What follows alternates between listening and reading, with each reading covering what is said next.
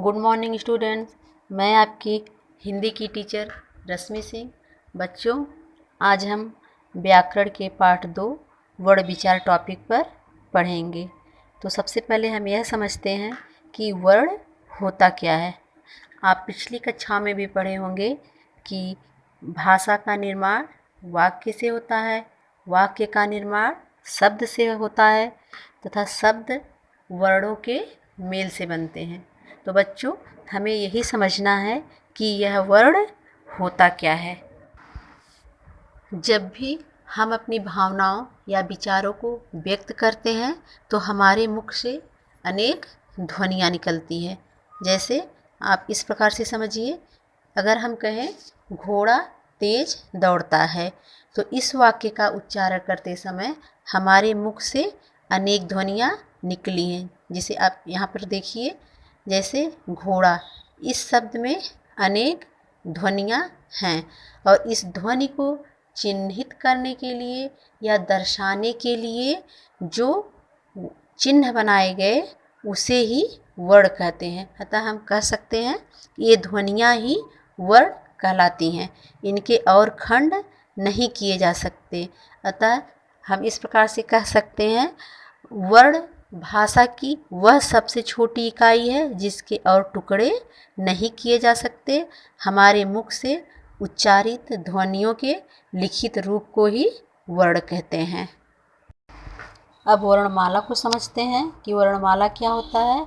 बच्चों, वर्णमाला का अर्थ होता है वर्णों की माला। वर्णों का क्रमबद्ध व्यवस्थित स्वरूप ही वर्णमाला कहलाता है। हिंदी वर्णमाला को देवनागरी लिपि में लिखा जाता है। मानक हिंदी वर्णमाला में 52 वर्ण आते हैं, जिसमें स्वर और व्यंजन दोनों ही सम्मिलित हैं। हिंदी वर्णमाला में वर्णों के मुख्य रूप से 2 भेद होते हैं। एक होता है स्वर और दूसरा होता है व्यंजन। तो सबसे पहले हम स्वर के बारे में चर्चा करेंगे। तो चलिए देख लेते हैं। स्वर क्या होता है?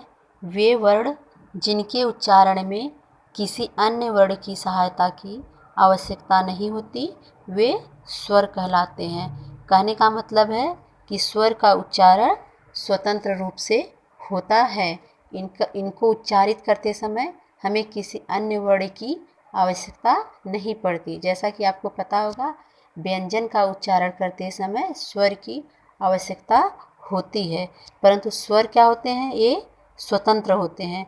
इनका उच्चारण करते समय हवा मुख से बिना किसी रुकावट के बाहर निकलती है, अतः ये स्वतंत्र ध्वनियाँ होती हैं। बच्चों, स्वर को हम बहुत ही आसानी से बोल सकते हैं, क्योंकि इसे बोलते समय हमारे मुख से कहीं पे भी कोई भी रुकावट नहीं होती है।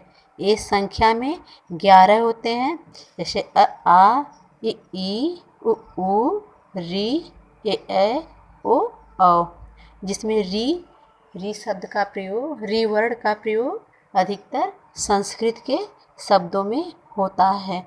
हिंदी में इसका प्रयोग देखने को कम मिलता है। और जिसमें अंग और अह यह अयोग वाह में आते हैं। उच्चारण में लगने वाले समय के अनुसार स्वर के 3 भेद होते हैं। पहला भेद है ऋष्य स्वर, दीर्घ स्वर तथा प्लुत स्वर। ऋष्य स्वर जिन स्वरों के उच्चारण में बहुत कम यानी कि 1 मात्रा का समय लगता है, वे ऋष्य स्वर कहलाते हैं। ये 4 होते हैं, अ, ई, उ तथा री। इन्हें ही हम मूल शब्द भी कहते हैं। दीर्घ स्वर क्या होता है? जिन स्वरों के उच्चारण में ऋष्य स्वर से दुगना यानी कि 2 मात्रा का समय लगता है, वे दीर्घ स्वर कहलाते हैं। ये संख्या में 7 होते हैं, आ, ई, उ, ए, ओ तथा औ। अब प्लुत स्वर क्या होता है?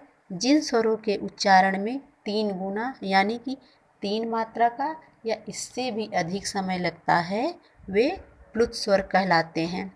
इसका चिन्ह 3 की तरह होता है। इसका प्रयोग प्रायः हम पुकारने में या गाने में या किसी को किसी के रोने के समय किया जाता है। सबसे अधिक इसका प्रयोग ओम ओम का उच्चारण करते समय किया जाता है। प्लुत स्वर का हिंदी भाषा में प्रयोग प्रायः लुप्त होता जा रहा है।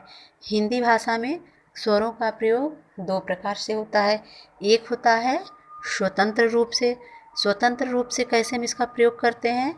जैसे जब यह अपने मौलिक रूप में होता है, जैसे जब हम स्वर से बने शब्दों का प्रयोग करते हैं, जैसे हम कहें आकाश, इमारत, उपजाऊ, औजार आदि, तब इसका प्रयोग स्वतंत्र रूप से होता है।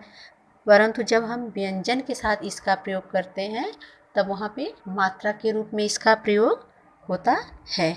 तो बच्चों, स्वर को हमने आज समझ लिया और व्यंजन को हम अगली वीडियो में समझेंगे। धन्यवाद।